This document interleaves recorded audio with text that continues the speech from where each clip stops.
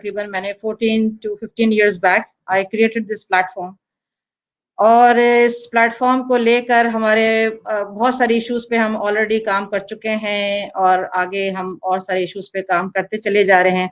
उसी तरह से जिस तरह से मैं सोशल वर्क भी करती हूँ, यहाँ पर जो भी केसेस वगैरह हमारे पास आते हैं, फाइनेंशियली जो लोग स्टेबल नहीं होते, उसके अलावा डोमेस्टिक वायलेंस के केसेस होते हैं, बहुत सारी चीजें। और उसके अलावा जो लोगों के यहाँ पर it's like Google Riyadh, you can say, जो लोगों को अगर कुछ चीजों वगैरह का पता करना है तो वो सब इसमें सब कुछ चल रहा है। तो अभी एक नया सिलसिला मैंने शुरू किया है, ये टॉक शो के नाम से। उसमें ऑलरेडी हमारी 2 टॉक्स जो हैं अभी ऑन एयर हो चुकी हैं। जो ब्रेस्ट कैंसर कैंपेन के ऊपर भी हमने बात की है, जो लास्ट 2 टॉक्स वगैरह जो हुई हैं उसमें, और एक हमने गायनी के इशू पर भी, जो डॉक्टर शाजिया मकसूद भी जो है उसमें आई हैं, डॉक्टर अनीला रशीद वो भी आ चुकी हैं अल्हम्दुलिल्लाह। और अब आप जो है, और आपका बहुत बहुत शुक्रिया कि माशाल्लाह you are a busy women, अपनी तमाम मसरूफियात के बावजूद हमारी रिक्वेस्ट पर, हमारे ग्रुप वालों की रिक्वेस्ट। आपका शुक्रिया, आपने मुझे यहाँ इनवाइट किया है। It's a pleasure and an honour to be on this forum. जज़ाकल्लाह खैर। तो मैं चाहूंगी कि पहले आप थोड़ा सा अपने बारे में बताइए, उसके बाद हम लोग इंशाल्लाह ताला कैरी ऑन। श्योर। मेरा नाम डॉक्टर समीरा अजमल है और मैं एक प्लास्टिक सर्जन हूँ। I am consultant head of department in Salman Habib hospital, जो कि रयान ब्रांच है फरेस रोड पे रियाद में। I am based here for about like now 10 years. I belong basically from Pakistan, और पाकिस्तान के नॉर्दर्न एरिया से हमारा ताल्लुक है। तो इनिशियल तालीम मेरी पाकिस्तान में, फिर कुछ यूके में, और उसके बाद कुछ अर्सा मैंने यूएई में काम किया, मिलिट्री हॉस्पिटल में, कुछ अर्सा पेशावर में काम किया, उससे पहले इस्लामाबाद में काम किया, उसके बाद से मैं यहाँ हूँ। तो ये है मेरी अपनी पर्सनल वो। और उसके बाद फिर जैसे आप कहें तो थोड़ा सा प्लास्टिक सर्जरी के बारे में इंट्रोडक्शन देते हैं। सही, ठीक है। यहाँ पर अभी आप थोड़ा सा हमें ब्रीफ इंट्रोडक्शन देना चाहेंगी ये प्लास्टिक सर्जरी के हवाले से, या उसकी वेरियस ब्रांचेस वगैरह जो हैं उनके हवाले से कुछ बताना चाहेंगी? जी, तो प्लास्टिक सर्जरी एक ऐसी फील्ड है जो कि आप ये कह सकते हैं कि कोई ऐसी जिस्म का कोई हिस्सा जो कि किसी वजह से मुतासर हो गया हो, कोई कमी बेशी हो गई हो, उसको वापस अपनी ओरिजिनल हालत में लाने की एक प्रोसीजर्स जिसमें होते हैं, वो ये प्लास्टिक सर्जरी कहलाता है। प्लास्टिक का मतलब वो नहीं है जो आम फहम समझा जाता है कि प्लास्टिक मटेरियल जो ऐसे है ये। It's basically an old Latin word जो कि प्लास्टिकॉस था, जिसका मतलब है मोल्ड करना। तो ये एक फॉर्म को दूसरी फॉर्म में मोल्ड कर लेने की फील्ड है। और इसकी फिर आगे से ब्रांचेस हैं। तो जो एक कॉमन अंडरस्टैंडिंग होती है कि खूबसूरत बनाने की फील्ड को प्लास्टिक सर्जरी कहते हैं, दैट्स नॉट टोटली ट्रू, क्योंकि प्लास्टिक सर्जरी की एक ब्रांच जरूर है कॉस्मेटिक सर्जरी, जिसमें आप चेहरे के जो किसी वजह से उम्र के साथ या जो धूप के साथ और वेरियस रीजंस की वजह से चेहरे या जिस्म पे जो असरात होते हैं उनको मॉडिफाई करने की, कंटूर करने की कोशिश है। लेकिन उसके अलावा एक बहुत बड़ी फील्ड है रिकंस्ट्रक्टिव सर्जरी, जो कि हमारा शायद मेजर काम होता है, जिसमें आप कहें कि जो बर्थ डिफेक्ट्स हैं, जो हादसाती तौर पे जो कुछ प्रॉब्लम्स हो जाती हैं, ट्यूमर्स, कैंसर्स हैं, ब्रेस्ट कैंसर हमारा एक बहुत बड़ा फील्ड है। तो ये उसका एक मेजर पार्ट है रिकंस्ट्रक्टिव सर्जरी, जो कि लोगों को मालूम होना चाहिए कि अगर आपके पास ये प्रॉब्लम है तो आपको किसके पास जाना चाहिए। तो प्लास्टिक सर्जरी और फील्ड्स की तरह एक जगह के ऊपर मखसूस नहीं है। जैसे यूरोलॉजी है तो एक खास एरिया पे है, गायनेकोलॉजी, ऑब्स्टेट्रिक्स, ये नहीं कि उनकी अहमियत कम है, लेकिन वो उनकी अपनी एक लिमिटेड है, जनरल सर्जरी है। लेकिन प्लास्टिक सर्जरी सर से लेके पैर तक और स्किन से लेके डीप अंदर तक हर चीज को इन्वॉल्व कर सकती है। तो अगर हम कुछ अर्सा पहले थोड़ा सा देखें, जो जंग आज़ादी, अगर आप जो जंग अजीम थी, जो वर्ल्ड वॉर्स थी, उस वक्त बहुत से लोगों की डेथ्स हो जाती थी, क्योंकि वो जो इतनी सिवियर इंजरीज होती थी उनको ट्रीट करने का कोई तरीका नहीं होता था। तो जब मतलब जैसे जैसे ह्यूमंस ने इवॉल्व किया तो तलवारों से सही बात है। गन ब्लास्ट पे आ गए, और जो जो जख्म थे जो वॉर्स में होते थे वो भी बहुत ज्यादा बढ़ गए। तो अब जैसे ब्लास्ट गन शॉट है, कोई बॉम्ब ब्लास्ट हो रहा है वहां, उसकी वजह से जो जख्म होते थे वो इतने बड़े होते थे, गहरे होते थे कि वो आधी तो उनकी लिम्ब उड़ जाती थी। तो या तो वो मरीज ने मर जाना होता था, या फिर एक उम्र भर की माजूरी थी क्योंकि टांग काटनी है, बाजू काटनी है। तो वहां से इस शोबे ने जन्म लिया। इसकी कुछ रूट्स बहुत पहले भी हैं, लेकिन अगर कहें कि प्रॉपर उसको जो इसकी जो एक शुरुआत हुई वो it was second world war के दौरान। कुछ बड़े सर्जन्स बैठे और उन्होंने ये सोचा कि यार इसको हर चीज को काटने के बजाय हम इसको भरना क्यों ना शुरू करें। करना क्यों ना शुरू साथ करें। में साथ में फिर एनेस्थीसिया के एडवांसेस आए, माइक्रोबायोलॉजी में एंटीबायोटिक्स के एडवांसेस आए, तो सारी चीजों ने मिल के प्लास्टिक सर्जरी का एक जो शक्ल हम आज देख रहे हैं, आहिस्ता आहिस्ता एवोल्यूशन होती होती है। अब बहुत एडवांस सर्जरीज हैं, और बहुत कम अब ट्रॉमा के पेशेंट्स के और कैंसर के पेशेंट्स हैं जो जिनको रिकंस्ट्रक्शन नहीं हो पाती। सही है। अच्छा, आपका मोबाइल जो है वो उसका वॉल्यूम खुला हुआ है क्या? नहीं, बंद है। वॉल्यूम बंद है उसकी? क्यों ऑन करूं? नहीं नहीं, वॉल्यूम बिल्कुल बंद कर दें उसकी।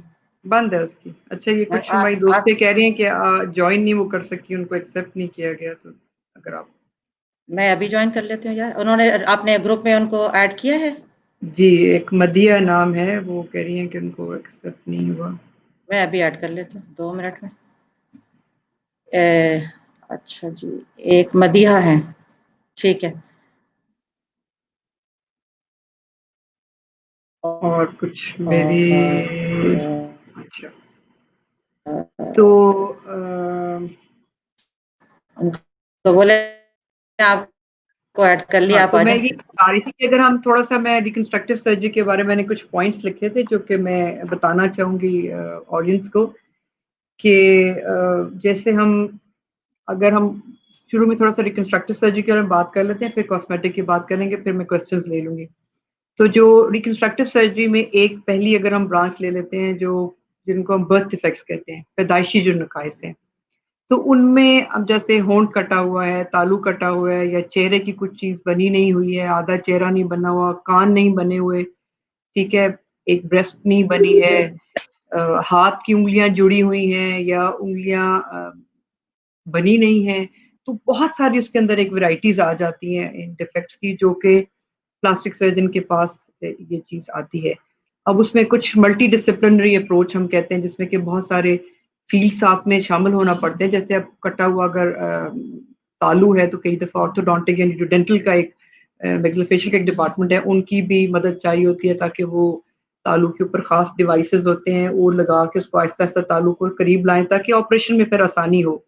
फिर क्योंकि ये बहुत मुश्किल है ऐसे बच्चे को खाना खिलाना, दूध पिलाना। पहले जब वो छोटा है बच्चा, इमीडिएटली सर्जरीज नहीं होती हैं, जैसे 9 माह की उम्र में होगी, तो सही बात उनको है। जो वो उतनी जो वजन बढ़ाना है उनका, वो भी माँ बाप के लिए एक बड़ी आजमाइश है। तो दे शुड नो कि आपने पीडियाट्रिक्स में किसके पास जाना है, जो उनको मुनासिब गजा का बताएंगे और कैसे खिलाना है, किस पोजीशन में खिलाना है, ताकि वो नाक से बाहर ना आ जाए। ये सही सब बात चीजें, है। क्योंकि माँ बाप के लिए तो पहला बच्चा होता है, उनको पता ही नहीं होता। या ये है कि अगर वो होंठ कटा हुआ है तो वो कहेंगे कि बस अभी ही उनकी हमने ऑपरेशन करना है, कि घर में लोग आ रहे हैं, देख रहे हैं। तो वो चीजें माँ बाप को समझाना, गाइड करना कि इसको आपने किस उम्र में करना है, सिर्फ लोगों को दिखाने के लिए जल्दी मत करिए, क्योंकि एक एक तमाम उम्र की एक वो खराब ऑपरेशन हो जाएगा। फिर इसी तरह अगर हैं, जिस तरह के हम चोटों की बात कर रहे थे, तो हमारी एक बहुत एक कैंपेन होती है जिसमें हम कहते हैं कि जो घर में जो इंजरीज हैं, इवन जो वर्क प्लेस इंजरीज हैं, वो उनमें बहुत सारी प्रिवेंटेबल होती हैं। सही। तो अगर आप जैसे किचन में काम कर रहे हैं, अपना दुपट्टा उतार के रख लीजिए, ऐसी लूज क्लोथ्स पहन के, खुले बाजू पहन के काम किचन के चूल्हे के पास ना करें। बर्तन की जो हैंडल है उसको बाहर ना छोड़ें, मतलब वो बच्चा गुजरते में हाथ से गिरा देगा, आपका बाजू लग जाएगा, गिर जाएगा, आप उनका हैंडल घुमा के अंदर की तरफ करें। अगर कोई ऐसे लूज यूटेंसिल्स हैं, जैसे वो उनके उनके हैंडल्स लूज हैं, उनको ठीक करके रखिए। प्रेशर कुकर्स अच्छी क्वालिटी के लीजिए, इसके ऊपर इन्वेस्ट करें। एक प्रेशर कुकर सस्ता लेने में ब्लास्ट हो जाए अगर, तो आपकी एक पूरे चेहरे का वो बिगड़ सकती है। ट्रेडमिल ख़वातीन ने घर में रखी हुई है, वो छोटे बच्चे आके पता नहीं चलता उसमें हाथ डाल देते हैं, तमाम उम्र की माजूरी हो गई, उंगली कट गई या उंगली के ऊपर इतना डीप बर्न हो जाता है। फिर घर में ही आज भी एक बहन ने लिखा हुआ था, वो पूछ रही थी कि मुझे ये पैर पे इंजरी है, आप ही के फोरम में उन्होंने तस्वीर दी हुई थी। तो इसके लिए देखिए बेहतरीन है कि आप डॉक्टर के पास जाइए, प्लास्टिक सर्जन के पास जाइए। बर्न्स का काम प्लास्टिक सर्जन का काम है, डर्मेटोलॉजिस्ट का काम नहीं है। अब उसमें अगर आप ऐसे फोरम पे पूछते हैं, सॉरी टू डिस्टर्ब यू, थोड़ा सा आप इस पे भी बताइएगा कि जैसे बहुत सारे लोगों को अवेयरनेस ही नहीं होती है ना, जैसे आप डर्मेटोलॉजिस्ट की आपने बात की है, तो वो उनको पता ही नहीं होता कि हमने जाना किधर है, कि ये जी हमारा बिल्कुल चीज ये प्लास्टिक सर्जन के पास जाएं या हम डर्मेटोलॉजिस्ट, तो थोड़ा सा इस पर भी अगर आप बता दें। बिल्कुल। तो डर्मेटोलॉजी जो है वो एक मेडिकल का शोबा है, प्लास्टिक सर्जरी सर्जिकल का शोबा है। तो डर्मेटोलॉजी है वो मेनली जिल्द की जो जैसे दाने हो गए, अगर उनमें कोई ऐसी चीजें बन गई हैं जैसे निशान पड़ गए हैं, उसके लिए वो ट्रीटमेंट्स उनके पास होती है। लेकिन जहां आपके पास बर्न आ गया है, एक सर्जिकल प्रॉब्लम है ये, तो प्लास्टिक सर्जन आपको बताएगा कि इसके ऊपर, क्योंकि उसकी जल्द उतारनी होगी ऊपर से जली हुई, आपको बताएंगे कि क्या मरहम लगाएं इसके ऊपर। अच्छा, बहुत सारे लोगों का ख्याल होता है कि अब वो याद बहन पूछ रही थी कि मुझे कोई मरहम बताएं जिससे कि स्कार ना रहे। इसमें अब दो बातें हैं। एक तो ये बात है कि जो मरहम आपको बताई जाती है मोस्टली वो स्कार ना होने के लिए नहीं बताई जाती, वो इसलिए बताई जाती है कि आपको इस वक्त एक दर्द में आराम आए, आपके जख्म में इन्फेक्शन ना हो और आपका जख्म जल्दी भर जाए।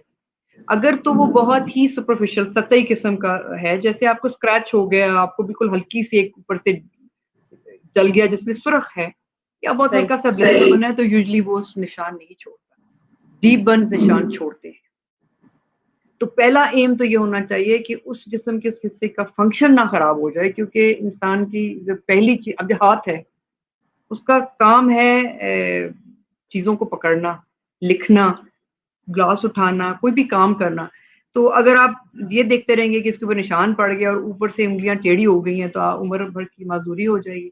तो ये it's very important to understand कि एक दफा जब जख्म गहरा पड़ जाता है तो स्कार उसमें जाता नहीं है। हाँ, हम मिनिमल कर सकते हैं उसको, हम उसके लिए आपको ट्रीटमेंट्स बताते हैं, धूप से प्रिवेंशन करें, पहले हील तो होने दें उसको, हील अच्छी तरह होने दें। अभी इसी फोरम के ऊपर किसी ने जो एक ऑइंटमेंट बताई हुई थी, वो बेसिकली एक लेट जब पूरी हीलिंग हो जाए उस वक्त की यूज करने की है सिलिकॉन। उसको एक्यूट फॉर्म में इनिशियली यूज करना नहीं चाहिए, उसका अपनी एक प्रॉब्लम शुरू हो जाएगी। तो इसीलिए ये चीजें आप डॉक्टर के पास जाइए, जहां आपको पता है कि प्रॉपर एक हॉस्पिटल है, जहां ऑथेंटिक हॉस्पिटल और उसमें ट्रेंड एक्सपर्ट डॉक्टर्स बैठे हुए हैं। एंड अगेन प्लास्टिक सर्जन के पास जाना चाहिए। आपके हाथ पे कोई चोट आई है, आपके जलने की कोई चोट है, और अगेन मैं कहूंगी कि इसको प्रिवेंशन के लिए बहुत जरूरी है। बच्चों के हाथ में शीशे का ग्लास ना दीजिए। हमारे पास आते हैं, वो कहते हैं जी रो रहा था, सुन नहीं रहा था बच्चा, या ग्लास टेबल लग गिर गया। ग्लास जैसे आपकी फिंगर के टेंडन्स को काटती है, जैसे आप कहें कि बस नाइफ बटर में से गुजर गई है। तो एक दफा टेंडन जब कट गया है, वो पहली हालत में आना उसका एक तो 100% पहली हालत में नहीं आता, और अगर आ भी जाता है 80-90%, तो फिर भी थोड़ा रह जाता है, और कभी कभी वो भी नहीं आता और एक उम्र भर की माजूरी हो जाती है। तो बहुत सारी ये इंजरीज प्रिवेंटेबल है। अच्छा, ये थोड़े से मिथ्स वगैरह भी जो होते हैं इसके बारे में, उसके बारे में थोड़ा सा बताइएगा। ठीक है, तो प्लास्टिक सर्जरी, एक तो जैसे मैंने पहले कहा कि ये सोचा जाता है कि ये खूबसूरती को एक खूबसूरत करने का एक ऑपरेशन है और उसका फील्ड है, तो दैट्स नॉट टोटली ट्रू। जैसे मैंने बताया कि वो उसमें एक बहुत बड़ी रिकंस्ट्रक्टिव फील्ड है। फिर इसमें ये सोचा जाता है कि इसमें स्कार्स नहीं पड़ते। तो इंसानी जिस्म में जब एक दफा बच्चा पैदा हो गया, माँ के पेट में जब बच्चा है, तो उसका जख्म भरने का अल्लाह ताला ने एक निज़ाम रखा हो, तो उसका निशान नहीं पड़ता। जब बच्चा पैदा हो गया उसके बाद से अगर एक डीप कट है किसी भी वजह से, चाहे वो सर्जिकल इंसिजन है, चाहे वो चोट की निशान है, उसका स्कार रहता है। तो अगर आप ये सोच के प्लास्टिक सर्जन के पास जाते हैं कि ये स्कार नहीं छोड़ेगा, तो वो तो जादू है, वो भी नहीं होता, लेकिन वो पॉसिबल नहीं है। तो ये बड़ी एक अनरियलिस्टिक अप्रोच होती है कि अगर एक इंसान ये सोच के जाएगा कि मैं इस सर्जन के पास इसलिए जा रहा हूँ कि चूंकि ये मेरे बच्चे का जख्म स्टिच कर रहा है या टांके लगा रहे हैं, तो नहीं बचेगा इसमें कोई वो दाग, ये गलत बात है। हाँ ये है, आप ये सोच के जाइए कि इस डॉक्टर के पास, इस फील्ड के पास एक स्पेशल नॉलेज है, उनकी ट्रेनिंग एक बहुत खास है जिसमें कि उनको जल्द की या इवन जो नीचे जो मसल्स हैं उनको एक बड़ी स्पेशल किस्म की ट्रेनिंग है, उसकी नॉलेज है, उसको वो ऐसे तरीके से उसकी स्टिचिंग करते हैं कि या तो वो बहुत ही मिनिमल सा स्कार पड़े या ऐसी जगह पे पड़े जो बहुत शो ना हो। उसके अलावा फिर ये समझा जाता है कि प्लास्टिक सर्जरी जो है वो सिर्फ अमीर लोग ही करा सकते हैं।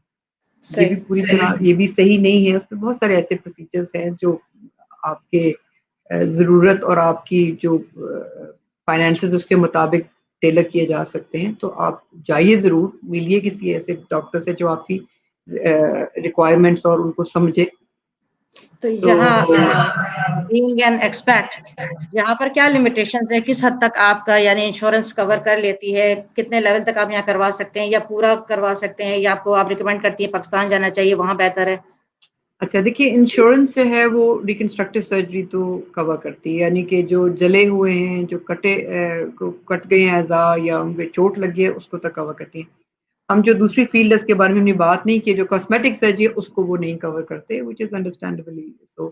तो कॉस्मेटिक सर्जरी जैसे हम बता रहे थे कि प्लास्टिक सर्जरी की दूसरी ब्रांच है, जिसमें कि ऐसी चीज़ जो एज के साथ, प्रेगनेंसीज़ के साथ जैसे धूप है, उसके असरात हैं और वज़न बढ़ गया, कम हो गया, उनके असरात को उनकी इम्प्रूवमेंट के लिए जो प्रोसीजर्स किए जाते हैं वो कवर नहीं होते। तो इसके अंदर जो कुछ सर्जिकल तरीके हैं, कुछ नॉन सर्जिकल हैं। तो नॉन सर्जिकल भी प्लास्टिक सर्जन करते हैं, और नॉन सर्जिकल से मुराद है जैसे आपके फिलर्स हो गए जो कि इंजेक्टेबल्स होते हैं, जिसमें कि अगर चेहरे में कोई ऐसे चीज़ें हैं जिसके अंदर आप कुछ फिल करके उनको लिफ्ट करके वो बेहतर लग सकता है, वो प्लास्टिक सर्जन करता है। बोटॉक्स है एक टॉक्सिन है जो कि जिसको इंग्लिश में हम न्यूरोमॉड्यूलेटर कहेंगे, कि वो आपके जो नीचे के जैसे मसल्स हैं फोरहेड के, अगर उनको उम्र के साथ झुर्रियां पड़ गई हैं जी, तो वो जब वहां पर लगाए जाते हैं तो वो मसल्स पैरालाइज हो जाते हैं। ये टेम्पररी होता है, कोई 4-5 महीने के लिए चलता है, लेकिन वो जब फ्लैट हो जाता है तो उसमें वो जो एक्सेसिव झुर्रियां हैं या यहाँ पर जो झुर्री पड़ जाती है या चेहरे पे, और वो इम्प्रूव कर जाती है। कुछ झुर्रियां ऐसी हैं जो कि उससे नहीं इम्प्रूव करती, जिसमें कि हम जिनको स्टैटिक रिंकल्स कहते हैं, जो कि जैसे ये नाक से लेके लिप्स के पास जो झुर्रियां बनती हैं, ये यूजुअली एज के साथ बनती हैं और ये उसके साथ इम्प्रूव नहीं होगी। इसके अंदर फिलर डाला जा सकता है या कुछ थ्रेड्स के प्रोसीजर्स इनके साथ ऊपर किया जा सकता है, और यहाँ पे फेसलिफ्ट सर्जरी है। तो उसके अलावा जो सर्जरी जो हमारा जो मेन है, जिसमें राइनोप्लास्टी है, जिसमें नाक अगर बहुत उभरी हुई है या बहुत लंबी है, उनकी उनकी साख में तब्दीली के लिए है कि ऑपरेशन किया जा सकता है। फिर आंखों की जिल्द ढलक जाना, आईब्रो ढलक जाना, जो कि एज के साथ हो सकता है। चेहरे की जो है वो फैट बहुत कम हो जाती है, अंदर की जो सपोर्ट है कम होती जाती है, तो जिल्द ढलकना शुरू होती है, उसकी इम्प्रूवमेंट्स हैं। और इसी तरह फिर हमारी जो पेशेंट्स हैं, जो जो लड़कियां हैं, जैसे पैदाइशी बड़ी हो गई लेकिन ब्रेस्ट नहीं डेवलप हुए, एक डेवलप हुआ दूसरा नहीं हुआ, या दोनों ही नहीं मुनासिब हुए, या फिर बहुत बड़े हो गए, तो ये बच्चियां उनको कई दफ़ा उनकी माएँ जो है वो कह देंगी कि कुछ नहीं होता बस, लेकिन ये एक बहुत उनके लिए प्रॉब्लम है, उनके कॉन्फिडेंस में, कपड़े पहनने में। तो आप ज़रूर उनको प्लास्टिक सर्जन के पास लेकर आएँ, क्योंकि हमारे पास ऐसे टेक्निक्स हैं जो कि सेफ हैं। ठीक है, हर प्रोसीजर के कोई साइड इफ़ेक्ट्स हो सकते हैं, वो फिर इंडिविजुअली जो भी वो होते हैं उनके साथ डिस्कस किए जाते हैं। लेकिन ये कहना बिल्कुल कि कुछ नहीं होता बस कुदरती है, ये जैसे हम यहाँ पर काम करते हैं इसके ऊपर प्रॉपर फतवा है कि आपको अलाउड है, ये आप कराइए। इसी तरह प्रेगनेंसीज के बाद, वजन लूज करने के बाद पेट बहुत ढलक जाता है, उसकी इम्प्रूवमेंट की जा सकती है। अच्छा, ये बहुत दफ़ा आपने देखा होगा, ये हमारी जो न्यू जनरेशन वगैरह है, इनमें बड़ी सारी चीज़ें ऐसी हो रही हैं जो हमने कभी सोची भी नहीं थी। जैसे आप देखते हैं ये जो मैं थोड़ा-सा स्ट्रेच करके यानी जो नेसेसिटीज़ है उससे थोड़ा-सा स्ट्रेच करके बात कर रही हूँ। बहुत सारे लोग आपके पास भी आते होंगे, जो हम नेट पर भी देखते हैं और आए दिन सुनते भी हैं। बहुत सारे लोग आते हैं जो अपने हिप्स वगैरह का उनको थोड़ा-सा होता है कि भई बहुत बड़े करवा लिए, ब्रेस्ट बहुत बड़े करवा लिए, या एबनॉर्मल जो बॉडी शेप है बिल्कुल उसको एबनॉर्मलिटी की तरफ ले जाते हैं कि बहुत ज्यादा कमर पतली, बहुत ज्यादा आंखें ऐसे, बहुत ज्यादा वो होठों को निकालना, ये सारी चीजें। तो आप इसमें लिमिटेशंस क्या बताती हैं कि किस हद तक इंसान को वो सही है कि ये सारी चीजें पॉसिबल हैं? ये भी बता दीजिएगा कितना लिमिटेशंस क्या है, कहाँ तक पॉसिबल है और कहाँ तक आप पेशेंट को समझा देती हैं कि हाँ, मगर फिर भी पेशेंट्स होते हैं कि नहीं नहीं, वो तस्वीरें भी लेकर आते हैं कि मैं ऐसी ऐसी बनना चाहती हूँ या ऐसा बनना चाहती हूँ, तो वो सब भी बिल्कुल थोड़ा। आपने सही कहा। ऐसे लोगों को मेरा यहाँ पर भी ये मशवरा होगा, जब मेरे पास वो क्लिनिक में भी आते हैं तो उनको यही मशवरा होता है। देखिए, हम हर पेशेंट को एंटरटेन नहीं करते, इसलिए क्योंकि ये एक बहुत ही ज़रूरी चीज़ है ये अंडरस्टैंड करना कि आपकी जो सोच है वो डॉक्टर की सोच से मिल रही है कि नहीं है, वो एक नॉर्मल सोच है कि नहीं है। अगर एक चीज़ है जो आपके डॉक्टर को, जो कि देखिए जो भी एक प्रॉपर ट्रेन्ड डॉक्टर होगा, वो आपकी अनरियलिस्टिक अप्रोच को या एक अनरियलिस्टिक एक्सपेक्टेशन को कि आप किसी की हमारे पास आते हैं मरीज के कोई अमेरिकन एक्ट्रेस है, कोई अपनी एक्ट्रेस, उनकी ऐसे नहीं हो सकता। वो नाक उसके लिए अच्छी है, उसने पता नहीं कितना कुछ कराया हुआ होगा, आपकी साफ जिस्म की आपकी है। So we don't entertain such patients जो कि एबनॉर्मल किस्म की रिक्वायरमेंट्स मांग रहे हों, जो उनके जिस्म के साथ मैच ना करती हो, क्योंकि वो अव्वल तो करना जिसको आप कहते हैं कि एक तो लीगल इम्प्लीकेशंस होगी, एक एथिकली भी इट्स रॉन्ग। अब एक लड़का मेरे पास कुछ अर्सा पहले आया, उसने कहा कि मेरी उंगली काट दे। मैंने कहा क्यों? उन्होंने कहा जी कि वो एक बचपन में मुझे चोट लगी थी तो थोड़ी सी यहाँ से टेढ़ी है, अगर मेरी उंगली नजर आ रही। यानी कि वो भला चंगा लड़का था, 20-25 साल का, छोटी उंगली यहाँ इस तरह, उसको कोई फंक्शन में कोई प्रॉब्लम नहीं थी, लेकिन उसके जहन में ये चीज फंसी हुई थी कि इसको मैं निकालने से ठीक हो जाऊंगा। आप उसकी बेशक वो निकाल भी, वो कभी भी ठीक नहीं होगा, क्योंकि उसकी प्रॉब्लम उसकी उंगली में नहीं है, उसकी सोच में है। सोच में है। उसको हमने नहीं माना, उसने बड़ा कहा, उसने कहा मैं किसी और को जाके कहूंगा। मैंने कहा आप अगर कोई करता है कर दीजिए, हम नहीं कर सकते। सो ऑफ कोर्स ये जो एक ट्रेन डॉक्टर होगा वो अंडरस्टैंड करेगा कि ये साइकोलॉजिकल इश्यू है, ये नॉर्मल इश्यू नहीं है। आप किसी के ब्रेस्ट को इतना बड़ा नहीं कर सकते कि जितना वो बस चाहती है, और वो उसको मेडिकली प्रॉब्लम देना शुरू हो जाएगा, उसका जिस्म उसको एक्सेप्ट नहीं करेगा। बटक्स को बड़ा करने का यहाँ बहुत रिवाज है, पाकिस्तान में इतना नहीं है, लेकिन यहाँ पर बहुत ज्यादा वो पसंद किया जाता है, और उसके अपने प्रॉब्लम्स हैं, तो हम मोस्टली तो उनको नहीं एंटरटेन करते। लेकिन कुछ लोग ऐसे हैं जैसे बहुत ज्यादा वजन उनका कम हुआ है, उनको प्रॉब्लम्स होते हैं, उस सूरत में फिर हमें कुछ उसके दरमियान कोई कॉम्प्रोमाइज निकालना पड़ता है, क्योंकि उनकी जिंदगी मुतासर हो रही होती है उसके उसमें। अच्छा, ओबेसिटी जो है, मोटापा, एक पूरी दुनिया में एक प्रॉब्लम है। सऊदीया में भी बहुत प्रॉब्लम है और हमारे मुल्क में भी प्रॉब्लम ये होता जा रहा है। बिल्कुल। तो सबसे पहले तो ये मैं बताना चाहूंगी, ये भी एक मिथ्स में से है कि प्लास्टिक सर्जरी वजन को कम कर सकता है। ये एक मिथ है। वजन आपने खुद कम करना है। देखिए, आप अगर ये ढूंढेंगे तरीके कि मेरे लिए कोई वजन कम कर देगा, वो लॉन्ग लास्टिंग नहीं होता, अनलेस कि वो इतना ज्यादा ऊपर चला गया हुआ है कि अब आपसे एक्सरसाइज भी करना मुश्किल है। अव्वल तो आपको इतना ऊपर नहीं जाने देना चाहिए। अगर चला गया है तो फिर उसके लिए तरीके हैं, हेल्दी डाइट है, एक्सरसाइज है, आप वो तरीके अपनाइए। अगर एक सर्टेन लिमिट से ऊपर चला गया और आपसे नहीं हो पा रहा, फिर हमारे प्रोसीजर्स हैं जिसमें कि बैरिएट्रिक प्रोसीजर्स हैं जो कि आपके स्टमक को छोटा कर देते हैं।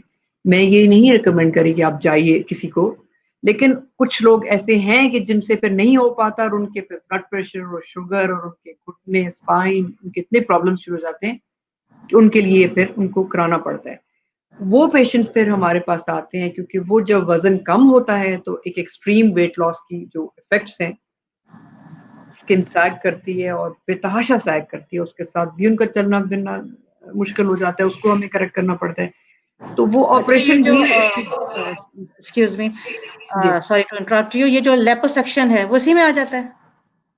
लाइपोसक्शन बॉडी कंटूरिंग प्रोसीजर्स में आता है, वजन कम करने वाले प्रोसीजर्स में नहीं आता। वजन कम करने की सर्जरी मैदे पे ज्यादातर इफेक्ट। जो लाइपोसक्शन है, लाइपो मीन्स फैट और सक्शन मीन्स उसको सक किया जाता है, वो सिर्फ उन एरियाज में की जाती है जो कि या तो वजन कम हो गया और वो नहीं जा रहा, जैसे हिप्स की जो साइड्स हैं, कुछ ऐसी जगह हैं जहां पर कि बड़ी एक्सरसाइज के बाद भी वो नहीं जाता, तो या तो वो उन जगहों के लिए लाइपोसक्शन की जाती है, या फिर जैसे कि एक हेल्दी अदरवाइज एक खातून है और अच्छी उसकी वो सारी अपनी बिल्ट है, लेकिन उसकी वो जगहों पे फैट रुकी हुई है, तो उनको हेल्प करने के लिए, उसको कंट्रोल करने के लिए, स्पेशली यहाँ पर भी बहुत प्रॉब्लम है कि जो हिप्स के साइड पे बहुत बड़े बड़े बल्जेस होते हैं, उनके कपड़ों में दिखता है वो, उसको हम सक आउट करके वो निकाल सकते हैं, वो जल्द फिर ढलकती है। तो कुछ अगर यंग गर्ल्स हैं, स्पेशली साइड्स ऑफ जो थाइज हैं, हिप्स हैं, वो तो कर जाती हैं, टाइटन हो जाती हैं खुद से, लेकिन कुछ एरिया जैसे पेट का है, थाइस के अंदर का हिस्सा है, वो ढलक भी सकता है।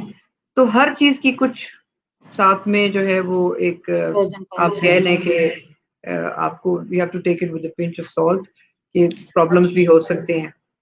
अच्छा, ये कुछ इस तरह की सर्जरीज हैं जिसमें फैट लगानी भी पड़ती है? ये तो फैट लाइपोसक्शन में तो ट्रांसफर आप भी निकाल लेते हैं फैट को, राइट?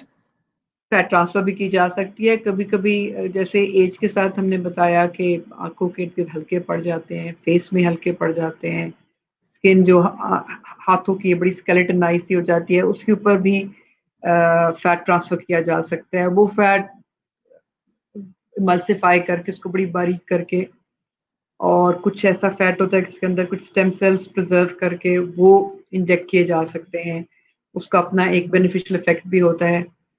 टेम्पररी ये तरीके हैं, परमानेंट नहीं ठहरते, लेकिन कुछ जो है पीआरपी है, जैसे वो प्लेटलेट रिच प्लाज्मा है, वो देके तो कुछ स्किन रिजुविनेशन हमें कहते हैं, ग्लो करने के लिए इस्तेमाल किए जाते हैं। तो जी, फैट ट्रांसफर भी वापस की जा सकती है। ठीक है। अच्छा जी, ये जो थोड़ा-सा उस दिन हम लोग जो डिस्कस कर रहे थे, एक मुझे भी याद आया, ये जो आप उसके बारे में बता रही थी, मेरे ख़्याल से ये कुछ बच्चियाँ वग़ैरह आती भी हैं, शादी के इश्यूज़ वग़ैरह के हवाले से भी आपके पास आती हैं, कुछ जी, बिल्कुल आपने अच्छा याद कराया टाइटनिंग है। टाइटनिंग मैं वग़ैरह के लिए सॉरी। टाइटनिंग वग़ैरह के लिए भी बच्चियाँ वग़ैरह कुछ आती हैं शादी के इश्यू के हवाले से? हाँ, नहीं, टाइटनिंग वगैरह जो है ना, वो तो यूजुअली लेटर एज में है, बच्चों की पैदाइश और उसमें, लेकिन जो हम जो उस दिन बात कर रहे थे, जो मैं यहाँ बताना चाहूंगी कि कुछ बहुत रेयर, ये कॉमन नहीं है, लेकिन कुछ बच्चियाँ, जैसे हमने ब्रेस्ट की बात की कि उनकी पैदाइशी ब्रेस्ट की नुक्स हो सकता है, जिसमें वो या दोनों या एक ना डेवलप हुई हो, या एक बहुत बड़ी एक बहुत छोटी हो। इसी तरह जो उनके जो कुछ जो वेजाइनल प्रॉब्लम्स ऐसे हो सकते हैं जिसमें कि वो बनी ही नहीं होती है। अब उस सूरत में बच्ची जब बड़ी होती है तो उसको पीरियड्स नहीं हो रहे, या बहुत ही कम हो रहे हैं, वो अंदर ही रुक रहे हैं क्योंकि वो नाली ही नहीं बनी है। तो चूंकि ये एक रेयर चीज है, तो वो बच्ची भी शर्माएगी, माँ को बताते हैं, माँ को बताया, माँ को भी समझ नहीं आएगी अगर उसकी एक अपनी अंडरस्टैंडिंग नहीं है इस प्रॉब्लम के बारे में। तो ये मैं बताना चाहूंगी कि उसको रिकंस्ट्रक्ट किया जा सकता है, वो नाली बनाई जा सकती है, उससे उसका वो जो खून का बहाव है वो बहाल हो सकता है, बच्चे के जो प्रॉब्लम्स हैं पेट में दर्द के, वो रिजॉल्व हो सकते हैं, और जो मैरिटल बाद में इश्यूज हो सकते हैं वो भी रिजॉल्व हो सकते हैं। इसी तरह एक और जो इम्पोर्टेंट चीज मैं यहाँ बताना चाहूंगी कि ब्रेस्ट से रिलेटेड है, लेकिन हम जंप कर रहे हैं कॉस्मेटिक टू रिकंस्ट्रक्टिव, कि जी। ब्रेस्ट कैंसर खवातीन में बहुत कॉमन है। और मैं ये बताना चाहती हूँ कि आप प्लीज अपनी सेल्फ असेसमेंट किया करें। आप अपने ब्रेस्ट को महसूस करिए, उसमें कोई भी लंप अगर अपीयर हुआ है जिसको पहले नहीं इन्वेस्टिगेट किया गया, तो आप अपने चाहे जनरल सर्जन के पास जाएं, चाहे प्लास्टिक सर्जन के पास जाएं, उनको जाके दिखाइए। और अगर नहीं है तो फिर आप 40 ईयर्स के बाद एक स्क्रीनिंग मैमोग्राम कराया कीजिए। वो रिकमेंडेड है कि आप हर साल कराएं। उसमें ये होता है कि उसका क्या फायदा है कि जो गिल्टी आपको फील भी नहीं होती है वो पकड़ी जाती है। और ब्रेस्ट कैंसर, बहुत सारे और कैंसर भी, लेकिन खास तौर पे ब्रेस्ट कैंसर, जैसे जैसे गिल्टी बढ़ती जाती है उसके फैलाव के चांसेस डायरेक्टली प्रोपोर्शनल, तो जैसे बड़ी होगी उतना ही ज्यादा फैलाव के चांसेस है। फैलाव means in other parts of the body. तो अगर वो इतनी अर्ली पकड़ी जाती है कि हाथ को भी फील नहीं हुई है, तो उसके चांसेस जिस्म के दूसरे हिस्सों को जाने के बहुत मिनिमल होते हैं अभी। तो वो अगर निकाल ली जाती है तो दैट इज क्योरेटिव, वो निकल गया। अच्छा, फिर वो निकाल लिया है तो उसमें फिर उसको एक, या तो वो खड्डा बन गया, या अगर वो थोड़ी बड़ी थी तो पूरा ब्रेस्ट निकालना पड़ता है, तो वो एक खवातीन के लिए बहुत बड़ा इशू है।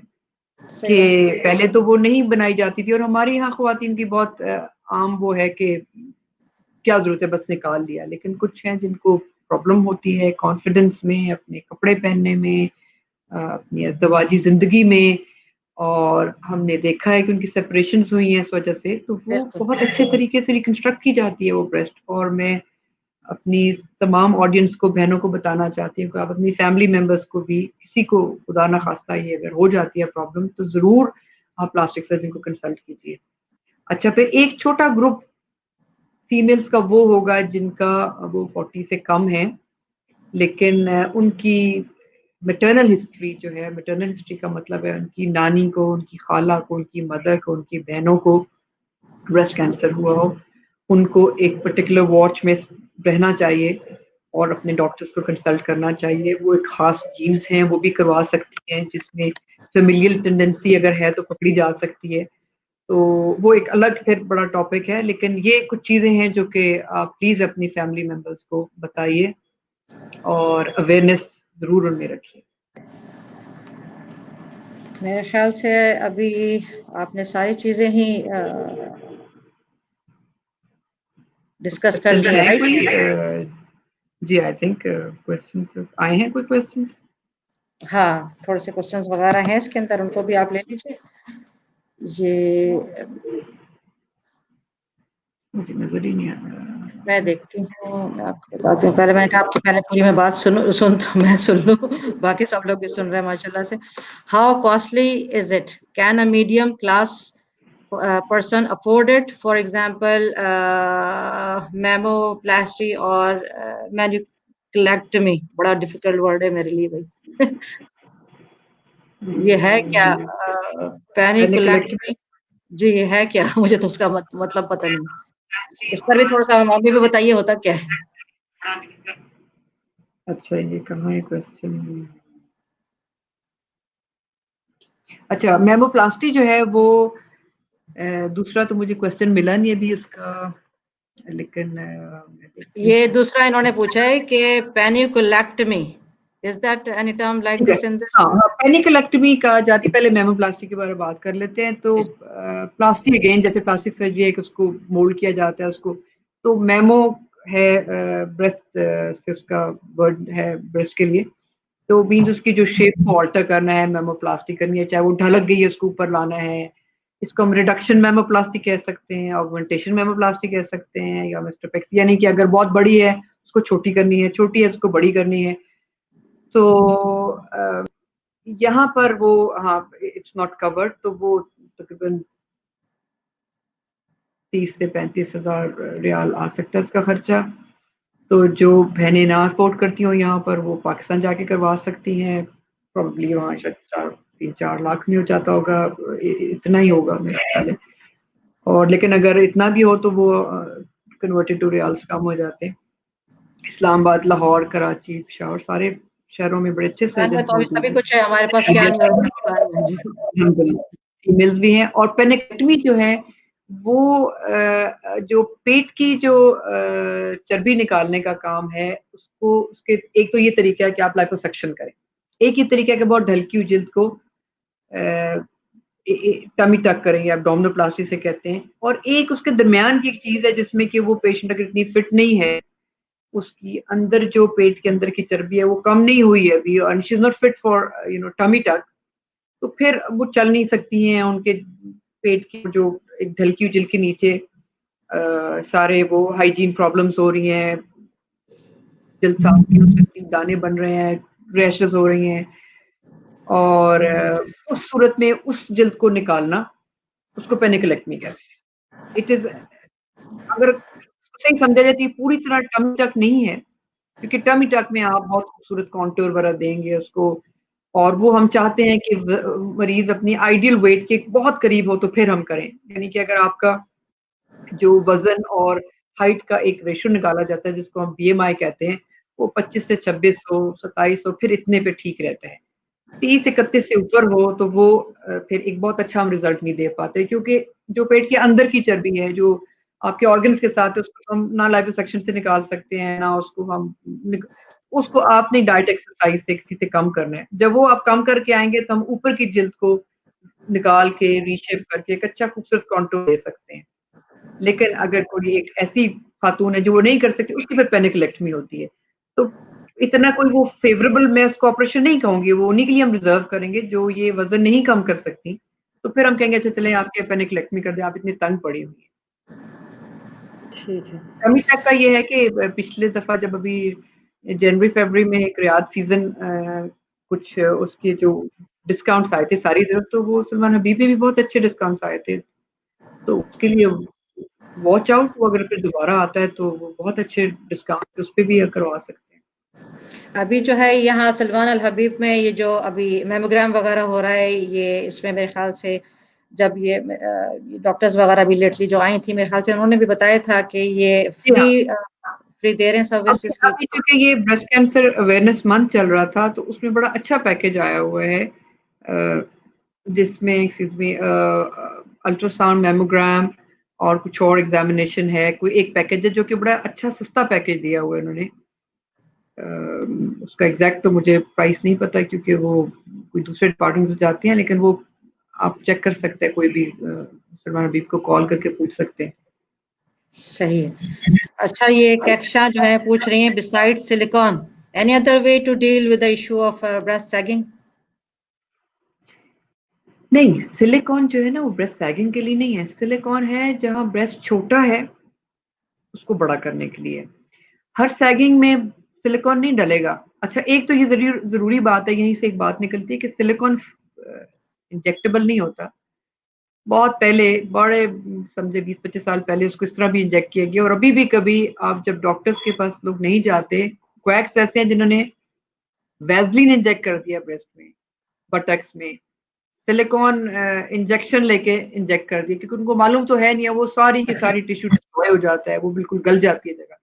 तो ये एक बहुत ही सोफिस्टिकेटेड किस्म के इम्प्लांट फॉर्म में आता है, जिसकी जो झिल्ली पूरी अपनी सिलिकॉन की थी, उसके अंदर सिलिकॉन भरा होता है जेल फॉर्म में, लेकिन वो बाहर नहीं निकलता अनलेस के कट जाए।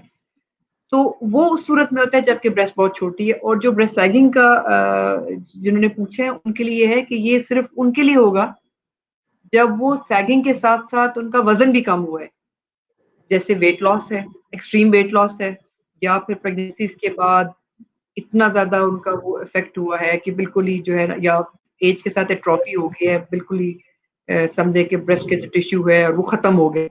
उस सूरत में ढलकने के साथ वो छोटा भी हो गया, तो फिर हम ढलकने के साथ उसको ऑगमेंट भी करेंगे, सिलिकॉन डाल के उसको उठाएंगे। और ये एक और भी थोड़ा सा कॉम्प्लिकेटेड प्रोसीजर है अगर उसको हम कंपैरिजन करें प्लेन ऑगमेंटेशन से, क्योंकि किसी भी ऑपरेशन के बाद दोबारा ढलक सकता है। तो कुछ आपको भी ख्याल करना होगा कि आप एक अच्छी तरह उसमें एक अच्छी सपोर्टिंग क्लॉ पहनेंगे उसके ऊपर, और ये है तो हाँ, वो सिलिकॉन के बगैर भी हो सकती है सैगिंग ब्रेस्ट, उसके समेत भी हो सकती है। आपकी कंडीशन पे डिपेंड करता है और आपका डॉक्टर डिसाइड करेगा। अच्छा, ये बोटॉक्स वगैरह जो एजिंग फैक्टर के साथ जो लगवाते हैं इंजेक्शंस वगैरह, तो इसके थोड़ा बारे में थोड़ा सा बताइए कि इसके प्रोज एंड कॉन्स वगैरह क्या है, यानी इसके कोई फर्क पड़ेगा? और ज्यादा एज अगर हो जाती है तो कब तक आप बोटॉक्स आप रिकमेंड करती हैं कि इंसान को? हर औरत का तो एक वो साइकोलॉजिकल इश्यू जवान रहने का तो होता ही होता अच्छा, है। ये बोटॉक्स से पहले मैं ये क्वेश्चन मुझे नजर आया है, फिर गुजर ना जाए, टंग टाई की ट्रीटमेंट है, जी जी मुंतहा पूछ रही हैं। तो जी। टंग टाई बिल्कुल इस एज पे भी हो सकती है, 11 ईयर्स पे भी हो सकती है, बिल्कुल। और ऊपर जी आपने बोटॉक्स के बारे में पूछा है, तो बोटॉक्स किसी भी एज में हो सकता है, लेकिन जैसे मैंने कहा कि ये ढलकी हुई जिल्द के लिए नहीं होगा।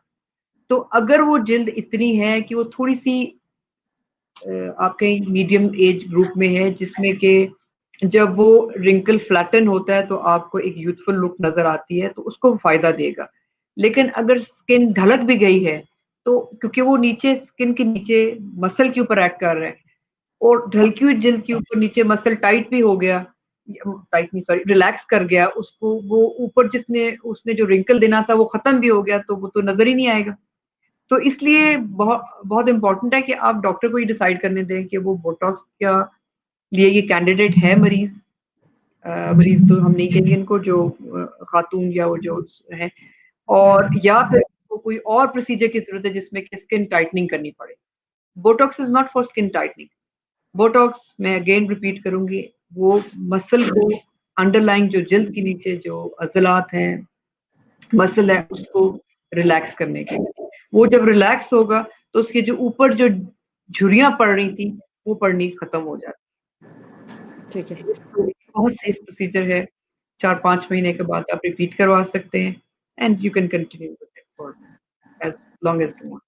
अच्छा, कुछ इस तरह के इश्यूज भी जो होते हैं, जैसे मेरी अपनी मदर भी हैं, उनकी आंखों के साथ भी कुछ इस तरह का इशू हुआ है कि उनके शायद आंखों में जो लिक्विड होता है उसकी कमी हो गई है, जिसकी वजह से आंखों में उनका कंट्रोल ही खत्म हो गया है। वो हर वक्त आंखें जैसे ढलक जाती है और उनको इस तरह के ग्लासेस पहनने पड़ते हैं जिसमें ऊपर क्लिप्स लगी होती हैं, जो उनको ऐसे आंखों को पकड़ के ऐसे आंखों को वो उठाते हैं। तो इसमें भी कुछ है आपके फील्ड में, इसको कुछ क्योर किया जा सकता है ऐसी चीज को, जो ऐसे पेशेंट्स हो जिनको इस तरह का मसला हो गया कि वो कंट्रोल जो है उनका वो खत्म हो गया हो अपनी अपनी बॉडी के ऊपर, सिर्फ यहाँ इधर स्किन के ऊपर, कि वो आंखें खुद से खोल नहीं सकती, वो जब तक वो ग्लासेस पहनेगी तभी कर सकते हैं। तो इसमें प्लास्टिक सर्जरी में कुछ इस तरह का है कुछ कोई क्योर? जो अगर मुझे समझ आ रही है जो आप बात बता रही हैं उसमें एक तो यह है कि एज के साथ स्किन ढलक गई और ऊपर आ जाती है। एक ये है कि उसकी जो नीचे मसल्स है उसकी किसी वजह से पैरालिसिस हो गई और वो नीचे आ गई है। दोनों को प्लास्टिक सर्जन ट्रीट कर सकता है, लेकिन डिपेंड करता है कि वो किस एज फैक्टर नहीं एज फैक्टर नहीं, किस पर्टिकुलर प्रॉब्लम की वजह से हुआ है। मतलब ये है कि अगर वो नीचे मसल पैरालाइज्ड है और मैं उसकी जिल्द काट के कर दूं तो वो उनकी असल प्रॉब्लम तो हल ही नहीं होगी। तो इसके लिए बहुत अहम है कि आप उन डॉक्टर के पास जाइए जो उसका काम, जैसे पेरी ऑर्बिटल या आंख के इर्द ज्यादा काम करते हैं प्लास्टिक सर्जन, जो उनके पास आप जाके उनको दिखाइए कि ये मसला है, फिर लेट हिम डिसाइड कि ये किसी मसल की पैरालिसिस की वजह से है या कोई नर्व पैरालाइज हो गई है या फिर ये सिंपल एज के साथ जिल्द ढलक गई है। तो वो उसके मुताबिक जब वो एनालाइज करके वो उसकी सर्जरी डिसाइड करेंगे तो फिर यकीनन उनको फर्क पड़ेगा। ठीक है। अच्छा, ये आजकल वो बच्चियों में इस तरह का सभी आ रहा है, जैसे अपना ये आईब्रोज वगैरह को लेकर वो स्ट्रेच नहीं कर लेते, नॉर्मल जैसे आईब्रोज वगैरह हैं उसको फेस लिफ्ट कर लेते हैं जिस तरह से, उसके बारे में आप क्या कहती हैं? बच्चियों का तो नहीं, अगेन ये एल्डरली के लिए ये है कि अगर आईब्रोज ढलक गई, हाँ कुछ यंग लोग अपने आईब्रोज को थोड़ा सा लिफ्ट करना चाहते हैं, वो बोटॉक्स से हो सकता है एज लॉन्ग एज थोड़ा नेचुरल लुक रहती है तो नहीं, ये बोटॉक्स नहीं, ये पूरा जो फेस लिफ्ट करवाते हैं, ये भी प्लास्टिक से पूरा फेस करके आईब्रोज इसको यूं करवा लेते हैं इस तरीके से। फेस लिफ्ट मैंने जैसे बताया कि वो एज के साथ है कि अगर जैसे 50-55 के बाद है उनके लिए एज फेस लिफ्ट है, यंगर एज में नहीं है वो।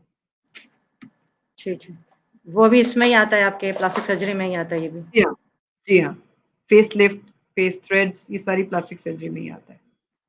सही है, जो ठीक है। हमारी सर्जरी की ब्रांच है, कुछ नॉन सर्जिकल, कुछ सर्जिकल। ठीक है। अच्छा, ये एक है, पूछ रही हैं कि what are the minimum charges for extra skin removal after weight loss? ये तो आप बता, ये तो अभी बात हुई है, ये बात हुई थोड़ा है। कॉस्टली प्रोसीजर है क्योंकि ये तो एक जगह की ढलकती नहीं है। अगर वजन कम हुआ है और सिग्निफिकेंटली कम हुआ है, 20-25 केजी से ज्यादा कम हुआ है, तो वो तो सारी जिस्म की स्किन दिखेगी, उसमें बाजू हैं, उसमें पेट है, उसमें थाइज हैं, बैक है, तो ये कॉस्टली प्रोसीजर्स होते हैं। वो एक एरिया के हिसाब से होते हैं, वो ब्रेस्ट भी ढलक जाती है तो वो मेरा ख्याल है कोई आप कह सकते हैं 25-30 हज़ार रियाल से एक एरिया शुरू होता है। तो अगर वो कोई कंबाइन करता है, क्योंकि उतना ही फिर मुश्किल भी होता जाता है, टाइम लगता है सर्जरी में बहुत, आपके अपनी सेहत के लिए भी कभी कभी उतना मुनासिब नहीं है कि आप 3 से 4 बड़े सर्जरीज कंबाइन करें, तो वो यूजुअली स्टेज की जाती हैं। अच्छा, थोड़ा सा उसके मैं चाहूंगी कि फेलियर्स के बारे में भी अगर हम बात करें, जिस तरह से जो पेशेंट होते हैं जो ब्यूटी कॉन्शियस होते हैं, अब आपने उनका अगर सर्जरीज वगैरह कर भी दी हैं तो कुछ आप फेलियर्स वगैरह भी फेस करते हैं कि अगर उनका कुछ इस तरह से होता है कि सक्सेसफुल नहीं गए, कुछ आप अपना पर्सनल एक्सपीरियंस से बताइए, क्या कुछ ऐसे ऑपरेशंस आपके रही हैं सर्जरीज जो सक्सेसफुल नहीं गई और आपने उन पेशेंट्स के साथ किस तरह से, ऑब्वियसली आप एक अमाउंट पे कर रहे होते हैं उसके लिए, और फिर किस तरह से पेशेंट्स को आप डील कैसे करते हैं अगर इफ इन केस फेलियर्स हो जाते हैं तो? अच्छा देखिए, सर्जरी की कोई भी फील्ड, इवन जो नॉन सर्जिकल फील्ड भी हैं, लेकिन खास तौर पे सर्जरी की कोई ऐसी फील्ड दुनिया की किसी जगह पे नहीं है जो आपको ये कहेगा कि मैं आपको 100% गारंटी देता हूँ या देती हूँ कि कोई कॉम्प्लिकेशन नहीं होगी। ये दिस इज नॉट पॉसिबल। आप सर्जरी करते हैं, साइड इफेक्ट्स होते हैं। किसमें कितने होते हैं ये डिपेंड करता है आपकी पेशेंट के, कुछ जो आपके फैक्टर्स हैं, कुछ उसमें एज आ जाती है, कुछ उसमें और फैक्टर्स आ जाते हैं, और साथ ही आपके सर्जन के ऊपर भी कि वो कितना एक्सपर्ट है। तो ये चीजें सारी ऑपरेशन से पहले डिस्कस करना बहुत जरूरी है। मरीज को भी चाहिए कि वो वर्क करके आए, उस ऑपरेशन के बारे में वो पढ़े कि इसमें क्या क्या प्रॉब्लम्स हो सकती हैं, और अपने डॉक्टर से बात करे। और एक अच्छा डॉक्टर आपको यकीनन बताएगा कि देखिए इसमें ये इतने % चांसेस, जैसे अब जख्म है, जैसे कोई भी ऑपरेशन हुआ है, जख्म में इन्फेक्शन हो सकती है, कहीं पर भी हो सकती है। अब जैसे सलमान हबीब में इन्फेक्शन रेट बहुत कम है या बहुत ख्याल किया जाता है, लेकिन इसका ये मतलब नहीं है कि यहाँ बिल्कुल नहीं हो सकती, और किसी भी जगह पर भी इन्फेक्शन हो सकती है। फिर कुछ ऐसी चीजें हैं जो हमारी खुसूसी हमारी जिल्द से रिलेटेड है, मिडल ईस्ट की, एशियन स्किन, हम डार्क स्किन लोग हैं ज्यादातर, हमारी जिल्द में स्कार्स ज्यादा थिक बन सकते हैं। अगर गोरी स्किन देखिए, उसमें स्किन के जो दाग हैं वो बड़े कम उभरते हैं, बड़े कम थिक होते हैं, और उनका स्कार इतना दिखता भी नहीं है। ये अब एक कुदरती चीज है, उसके लिए हम फिर उसको अवॉइड करने के कुछ तरीके बताते हैं उनको, लेकिन ये चीज पहले डिस्कस की जाती है कि ये आपके साथ हो सकता है, ये आपकी अपनी एक स्किन की टाइप है, उसकी वजह से हो सकता है। फिर जहाँ ये कुछ स्किन के प्रॉब्लम्स हैं हमारी डार्क स्किन में, उसी तरह कुछ अच्छे भी हैं कि हमारी स्किन में स्किन कैंसर्स कम होते हैं। जो गोरी स्किन है उसमें स्किन की कैंसर्स की प्रिवेंशन कम होती है, तो वो धूप में बैठे रहते हैं बाय बीचेस पे, उनके स्किन कैंसर्स और भी ज़्यादा होते हैं। तो जहाँ कुछ चीज़ें हमारी लिए नहीं अच्छी, वहाँ अच्छी भी हैं। तो ये चीज़ें बिल्कुल हैं कि साइड इफ़ेक्ट्स हो सकते हैं। जब आपने मरीज़ को पहले बताया हुआ होता है, तो वो फिर डील करना आसान होता है, और आप उसी सर्जन के पास जाइए जो उसकी कॉम्प्लिकेशन को भी डील कर सकता है। तो एक अच्छा सर्जन वही होगा जो अगर एक कॉम्प्लिकेशन हुई है, चाहे वो एक ज़ख्म थोड़ा-सा खुल गया है या कोई बड़ी कॉम्प्लिकेशन, उसको डील भी कर सकता हो। बजाय इसके कि उस वक़्त वो आपको कहीं और अम, परेशानी में आपको भी जाना पड़ा। तो ये सारी चीज़ें पहले बताई जाती हैं, और फिर अल्हम्दुलिल्लाह पेशेंट्स को समझते हैं वो। ऐसी कोई हमारी कोई मेजर कॉम्प्लिकेशंस होती नहीं है। सर्जरीज़ हमारी अल्हम्दुलिल्लाह सक्सेसफुल होती हैं। लेकिन छोटे-मोटे प्रॉब्लम्स, इश्यूज़ हो जाते हैं, जैसे ज़ख्म थोड़ा बहुत खुल गया, स्कार थोड़ा थिक हो गया, उसको फिर हम डील करते हैं अकॉर्डिंगली। सही है, अल्हम्दुलिल्लाह। आई डोंट थिंक हमने कोई इसमें कोई ऐसा एक्सपेक्ट जो है वो छोड़ दिया जो डिस्कस नहीं किया हो। फिर भी अगर कुछ रह गया हो बताइए ज़रूर, we would love to hear from you. कोई और चीज़ें रह गई हों, कुछ अपने आई पास्ट थिंक एक्सपीरियंसेस से बता दें, मैंने इसके कुछ पास्ट पॉइंट एक्सपीरियंसेस वगैरह से आप बता दीजिए कि अगर जो भी इसके हवाले से, फील्ड के लिए हवाले से हो। बस मैं यही बताना चाहूँगी कि एक तो ये है कि आप अपना सर्जन वाइज़ली चूज़ करिए। आप उसके बारे में होमवर्क करें। जो आपके क्वालिफाइड प्लास्टिक सर्जन होंगे वो हैं जो बोर्ड सर्टिफाइड हैं, या जो फेलोशिप है जिनके पास, आप उनके लिए देखिए। वो अगर पाकिस्तान से हैं तो पाकिस्तान की एफसीपीएस प्लास्टिक सर्जरी है एक डिग्री, वो होनी चाहिए। Pakistan association of plastic surgeon है जिसको पैप्स कहते हैं, उसके मेंबर होंगे। तो ये सारी चीज़ें आपको बताएँगी कि ये फुली ट्रेन्ड, एक प्रॉपर ट्रेन्ड प्लास्टिक सर्जन है। उसके अलावा अगर वो प्लास्टिक सर्जरी एफआरसीएस है या वो अमेरिकन बोर्ड है, तो फिर ये एक ट्रेन्ड प्लास्टिक सर्जन होगा। उसके अलावा फिर जो चीज़ें आ जाती हैं वो ये है कि आप अपने घर में एहतियात कीजिए, ताकि जो कुछ चीज़ें हैं वो जलने की, कट जाने की, कुछ चीज़ ज़ख्म लगने की, वो प्रिवेंट कीजिए। अपने वज़न का ख़्याल रखें, और अच्छा, ये यही है। एक बहन आई है, ये इस्लामिक पर्सपेक्टिव से पूछ रही हैं जी। Islamically, it is said that it's not right to go for surgery to beautify, but if I feel insecure about it, then what are your views? अच्छा, ये तो आप फिर किसी आलिम से उनको पूछना चाहिए, मुझसे नहीं पूछना चाहिए। लेकिन जो यहाँ पर चूँकि स्पेशली कि हम सऊदी अरेबिया में काम करते हैं, तो हमें तो वही अलाउड है जो यहाँ पर इनको प्रॉपर फ़तवा इनका है, अलाउड है, वही हम करते हैं। तो इन सारी चीज़ों का इस्लामिक इनकी रूलिंग है कि दे आर अलाउड, स्पेशली क्योंकि उसमें फीमेल्स का फिर इतना वो हो जाता है, साइकोलॉजिकल प्रॉब्लम्स हो जाते हैं कि उनकी, जैसे मैंने कहा कि उनकी अज़दवाजी ज़िंदगी या इवन विदाउट गेटिंग मैरिड उनकी एक पर्सनल लाइफ इतनी मुतासर होना शुरू हो जाती है कि बच्चियाँ बाहर जाना छोड़ देती हैं, अपने दोस्तों में उठना बैठना छोड़ देती हैं। तो इनकी तो रूलिंग है उसके लिए। अब उसके अलावा तो मैं आलिम तो हूँ नहीं हूँ, हम तो इसी रूलिंग के अकॉर्डिंगली काम करते हैं। जैसे हमने थोड़ी देर पहले ही डिस्कस किया था कि हम खुद भी हमें एथिकल मॉरल्स और उनका अंडरस्टैंडिंग है कि एक ऐसी कोई डिमांड हो जो कि अनएथिकल है, अनइस्लामिक है, उसको हम भी पूरा नहीं करते। ये मेरे ख्याल से आपने शायद इसके बारे में डिस्कस अभी किया है या नहीं, जिस तरह से ये यूट्रस वगैरह के बारे में भी इस तरह से आती हैं बच्चियां वगैरह आपके पास, बहुत सारे लोगों का यूट्रस जो है ना वो इस्लामिक या डॉक्टर इसका भी शादिया का फील्ड है। यूट्रस अच्छा, से मैं डील नहीं करती। जी हाँ। ये नहीं, इसके लिए प्लास्टिक सर्जन का इसके यूट्रस के क्या लिमिटेशंस वगैरह है, जिससे बहुत सारे लोग टाइटनिंग वगैरह के लिए भी आते हैं ना कि भाई इस तरह के इश्यूज वगैरह वो फेस कर रही हैं कुछ, तो इसके लिए भी आप वो काम करती यूट्रस हैं? नहीं है, वो लोअर ट्रैक्ट की है ना, वो जो हमने शुरू में बात की थी, वो जी। उसकी टाइटनिंग के लिए आते हैं। वो भी कुछ गायनी के लोग भी करते हैं, कुछ हम भी करते हैं। तो उसकी भी इनके पास तो है रूलिंग, वो इनको इजाज़त है, वो करते हैं लोग। उसमें भी कुछ नॉन सर्जिकल भी, अभी लेज़र के साथ भी कुछ आ गई हुई है। मेरा उसमें बहुत ज़्यादा एक्सपीरियंस नहीं है लेज़र के साथ, क्योंकि वो भी कुछ नई चीज़ें आई हैं नॉन सर्जिकली। हम ज़्यादातर सर्जिकली करते हैं। और अच्छा, ये एक मदिया है, इन्होंने कहा है कि मेरी 6 इयर्स की बेटी है। अच्छा देखें, जैसे हमने पहले बात की थी कि एक तो एक्यूट बर्न मैनेजमेंट है, जिसमें कि ज़ख्म को भरने के लिए, और ज़ख्म ऐसे भरे कि उसके उस वो जो जिस्म का हिस्सा है वो कॉन्ट्रैक्ट ना हो जाए, क्योंकि हर जला हुआ हिस्सा जो है वो कुदरती तौर पे हील होते हुए वो कॉन्ट्रैक्ट करता है, यानी क्या उसको कहेंगे कि वो सिकुड़ता है। उस जैसे उँगलियाँ टेढ़ी हो जाती हैं ऐसे करके। और तो ये तो खैर उन्होंने टाँग पे बताया, लेकिन ये ज़रूरी एक चीज़ है कि उस वक़्त की मैंने फिर बात की। तो बात की, जैसे मैंने पहले कहा कि हम निशान को तो नहीं रिमूव कर सकते। हाँ, हम उसको थोड़ा-सा बेहतर कर सकते हैं।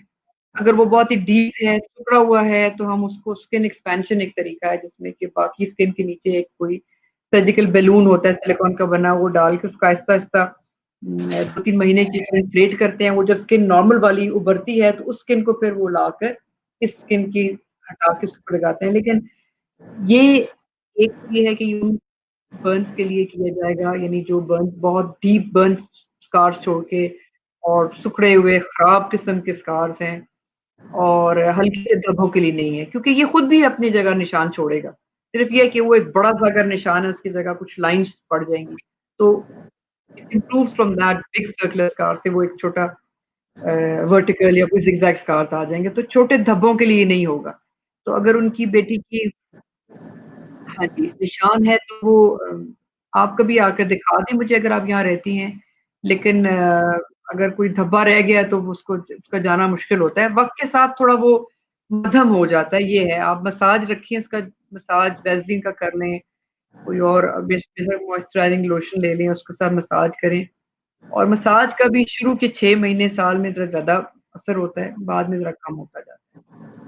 कोई भी ज़ख्म हो, इसलिए मैं इनको बताना चाहूँगी किसी को भी कि जब वो हील हो जाता है, उसका मसाज किया करें, वो सॉफ्ट हो जाता है। जब जब स्कार सॉफ्ट हो जाता है, तो फिर वो मध्यम होता है, न न दिखता नहीं है इतना ज़्यादा। अगरचे कि वही होगा, लेकिन वो विज़िबिलिटी उसकी कम हो जाती है। चलें जी, बहुत शुक्रिया आपका। ख़त्म करने से पहले वो मैं चाहूँगी, जिस तरह से अगर न्यू जनरेशन है हमारे अभी जो बच्चे इस तरफ फील्ड अगर प्लास्टिक सर्जरी की तरफ आना चाहते हैं, तो आप क्या बताएँगी इसके लिए क्या सब्जेक्ट्स उनको चूज़ करने चाहिए? इसमें क्या पढ़ना पड़ता है? थोड़ा-सा बताएँगी? तो बड़ी खुशी की बात होगी, लड़कियां इस फील्ड में आए, बहुत कम हैं। तो ये है कि पहले तो उनको ज़ाहिर है कि जो प्री मेडिकल के सब्जेक्ट्स लेंगी कि वो मेडिसिन में आएंगी, फिर once they join the medical college तो उसके बाद जब मेडिसिन करके वो अपनी जो इंटर्नशिप है जिसको हाउस जॉब कहते हैं वो करके और उसके बाद वो जनरल सर्जरी करेंगे। और जनरल सर्जरी जो है उसकी कोई 2 साल हैं, कहीं पर 3 साल हैं, वो करके फिर वो प्लास्टिक सर्जरी की किसी जो रिकग्नाइज्ड ट्रेनिंग प्रोग्राम है, पाकिस्तान में बहुत सारे ट्रेनिंग प्रोग्राम्स हैं, उनको वो जॉइन करेंगे। तकरीबन पाकिस्तान के हर बड़े शहर में है वो, पेशावर है, पिंडी में है, इस्लामाबाद में है, शिफा में, पिंडी में सीएमएच में है, पिम्स में है, पेशावर में 2-3 अस्पतालों में है, लाहौर में तो काफ़ी अस्पतालों में है, हैदराबाद है, कराची है, और भी कुछ होंगे शहर जो मेरे ज़हन से निकल रहे हैं, मुल्तान है, भावलपुर है। तो इन जगहों पे आपको ट्रेनिंग के लिए अप्लाई करना पड़ेगा और फिर वो मेरिट और कुछ और चीज़ें देखेंगे, उसको आप जब एक्सेप्टेंस हो जाती है, तो फिर आप आगे 3 से 4 साल का प्रोग्राम होगा जिसमें आप ट्रेनिंग लेंगे। फिर आप उनका जो इम्तिहान है, उसको टेस्ट कहते हैं, वो आप देंगे। और अगर आप बाहर करना चाहते हैं इंग्लैंड या यूएस में तो फिर उनका एक अपना जो तरीका होगा, उनकी रेज़िडेंसी करके आप उसमें जाएँगे। ठीक है जनाब। के लिए यकीनन ज़रूर आएँ इसमें। बस ये एक है पूछ रही हैं कि आप सलमान अल हबीब की कौन-सी ब्रांच में हैं? रयान में हैं? रयान ब्रांच में, जी मैं फ़रेस रोड पे हूँ, और रयान इसमें हैं। ब्रांच। चलें जी, it was lovely talking to you और अब तो आप हमारे ग्रुप का मरियम खान के मैंने अभी कुछ दिन हुए इनके फादर इन लॉ की ट्रीटमेंट किया। मरियम कैसी हैं आप? तो माशाल्लाह काफ़ी लोग आ गए। मुझे ये मैं मरियम इसको ये लाइव कॉल हमारे पास सेव रहेगी और इसमें इसको थोड़ी देर बाद वॉच पार्टी पे दोबारा लगा दूँगी। वॉच पार्टी पे लगाने से ये होता है कि उसमें और जो लोग अभी ज़रा पता है वीकेंड भी होता है, फ्राइडे भी है, जी, तो बहुत सारे लोग इस वक़्त नहीं देख पाते, तो मैं अभी थोड़े से घंटे के बाद वॉच पार्टी में लगा दूँगी। तो it was very informative call from you. बड़ी अच्छी डिस्कशन रही, बहुत सारी बातें मुझे पता चली जो मुझे बिल्कुल पता नहीं थी और मैं होपफुली हमारे ग्रुप वालों के लिए भी एक एक एक इन्फॉर्मेटिव सेशन होगा इंशाल्लाह ताला। और जब वॉच पार्टी में जब चलाएंगे तो इंशाल्लाह ताला जो मेंबर्स वगैरह रह गए तो वो भी जो है जरूर देख लेंगे इंशाल्लाह ताला। Keep coming live. थैंक ये यू अगर वेरी मच। मेरे लिए बड़ी ऑनर की बात है कि आपने मुझे इनवाइट किया और मैं I think just before I leave मैं अपने यहाँ पर सारी ऑडियंस के साथ स्पेशली अपने पेरेंट्स और अपने जो मेरे सिबलिंग्स हैं जो यहाँ पर इस वक़्त हैं, जो मेरी भाभियाँ मैं देख रही हूँ उनको और जो मेरी फ्रेंड्स हैं और आप सब लोगों का बहुत शुक्रिया। ये आप सबकी मोहब्बत है, आपकी मेहनत है कि हम भी इस मकाम पर पहुँचे कि हम किसी को कुछ बता सकते हैं। मतलब ये नहीं है कि हर चीज़ बता दी होगी, कुछ कमी-बेशी रह गई होगी। तो टुडे वाज इंफॉर्मेटिव सेशन और सबसे बड़ी बात यह है कि हमें जो है वो खुशी होती है जब हम देखते हैं अपने डॉक्टर्स को कि वो पाकिस्तानी है माशाल्लाह से। और यहाँ पर भी हम जब बड़े से बड़े हॉस्पिटल चाहे छोटे हों बड़े हॉस्पिटल्स हैं सब जगह हम जब जाते हैं देखते हैं मिलते हैं कि पाकिस्तानी छाए हुए हैं तो ये भी हमारे लिए बड़ी एक ऑनर की बात होती है, बड़ी प्राउड की बात होती है, पाकिस्तान का नाम होता है और हम भी आई फखरिया तो करते हैं कि यार हमारा एक माशाल्लाह जिंदा बताइए तो मुझे तो इस ग्रुप का पता ही नहीं था, इसमें तो कोई 25-30 हज़ार माशाल्लाह आपके ग्रुप है, अमेजिंग। तो and thanks to doctor Shazia उन्होंने मुझे कहा ऑनेस्टली स्पीकिंग मैंने उनको कहा था कि शाज़िया मैं नहीं आती है मतलब मुझे मेरा कोई एक्सपीरियंस नहीं है, हमारा अपना काम है, वो शी इज़ वेरी एक्टिव माशाल्लाह, माशाल्लाह। तो उन्होंने कहा नहीं, तुमने आना डॉक्टर है। शाज़िया इज़ अ फिर डार्लिंग लेडी माशाल्लाह। वो हमारे ग्रुप के साथ माशाल्लाह से she is a very old member of Salk और वो हमारे साथ ऐसे जिस तरह से होता है वो जुड़ी हुई है, कम्युनिटी की जान है। मेरे साथ भी माशाल्लाह से जो ग्रुप में भी एक्टिव हैं, सबके सवालों के जवाब भी देती हैं, इनबॉक्स में भी जवाब देती हैं, लाइव भी आती शी इज़ रहती हैं। जो मेरे हाँ अपना जी, भी एक फोरम है, सादिया और जो मेरे मसूदी मेरी इवेंट्स वगैरह बहन भी है। होते हैं जो हमारे जी, जी, सईदात के जो इवेंट्स होते हैं उसमें भी माशाल्लाह से आती हैं और फ्री कंसल्टेशन वगैरह भी देती हैं। तो इंशाल्लाह ताला आपके साथ अब साथ रहेगा जी। आप आइंदा भी लाइव आते मैं उम्मीद रखती हूँ कि हमारी आखिरी कॉल नहीं थी।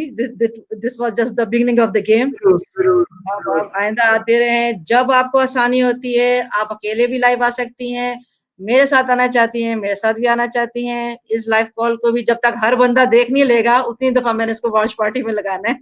आप फ़िक्र ना करें। जब तक सब थैंक यू। सब नहीं लोग सीख नहीं बिल्कुल जाएँगे कि चल हम दोबारा मिलेंगे हाँ, और आई थिंक किसी किसी वक़्त हम ब्रेस्ट के ऊपर डिस्कस करेंगे एक प्रोग्राम सिर्फ़ ब्रेस्ट के ऊपर, जिसमें कैंसर भी आ, है और कॉस्मेटिक डिजीज़ भी है, उसकी अवेयरनेस और भी ज़रूरी है। इंशाल्लाह कभी आप आएँगे।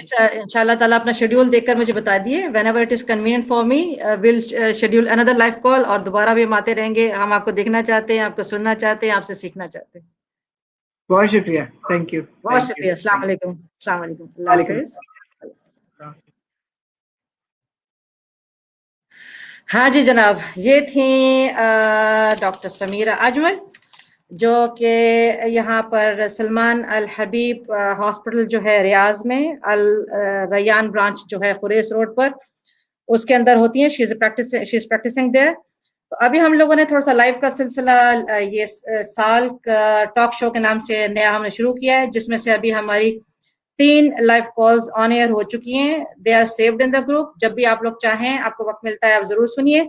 एक लाइव कॉल हमने ब्रेस्ट कैंसर के ऊपर की है, दूसरी गायनी के इशू पर है, ये तीसरी लाइव कॉल थी जो कि प्लास्टिक सर्जरी और एस्थेटिक सर्जरी उसके ऊपर थी जनाब।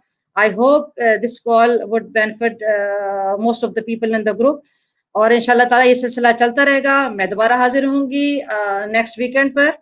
अभी हमारे ऑलरेडी आगे जो अगले 3 वीकेंड्स है उनके लिए ऑलरेडी हमारी लाइव कॉल्स जो है शेड्यूल्ड हैं, वो मैं अनाउंस करती रहूंगी, आप लोगों को अपडेट करती रहूंगी।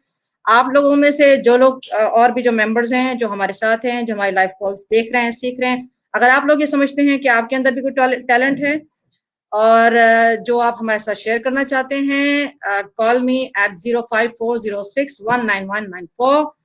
मेरे साथ डिसाइड कीजिए। हम लोग लाइव कॉल्स इंशाल्लाह ताला आगे जो शेड्यूल करते रहेंगे, प्रोडक्टिव कॉल्स, नए इश्यूज लेकर आएंगे और इंशाल्लाह ताला एक दूसरे से सीखेंगे, जो हमारे ग्रुप का मोटिव भी है। जज़ाकल्लाह खैर। अस्सलाम वालेकुम व रहमतुल्लाहि व बरकातहू।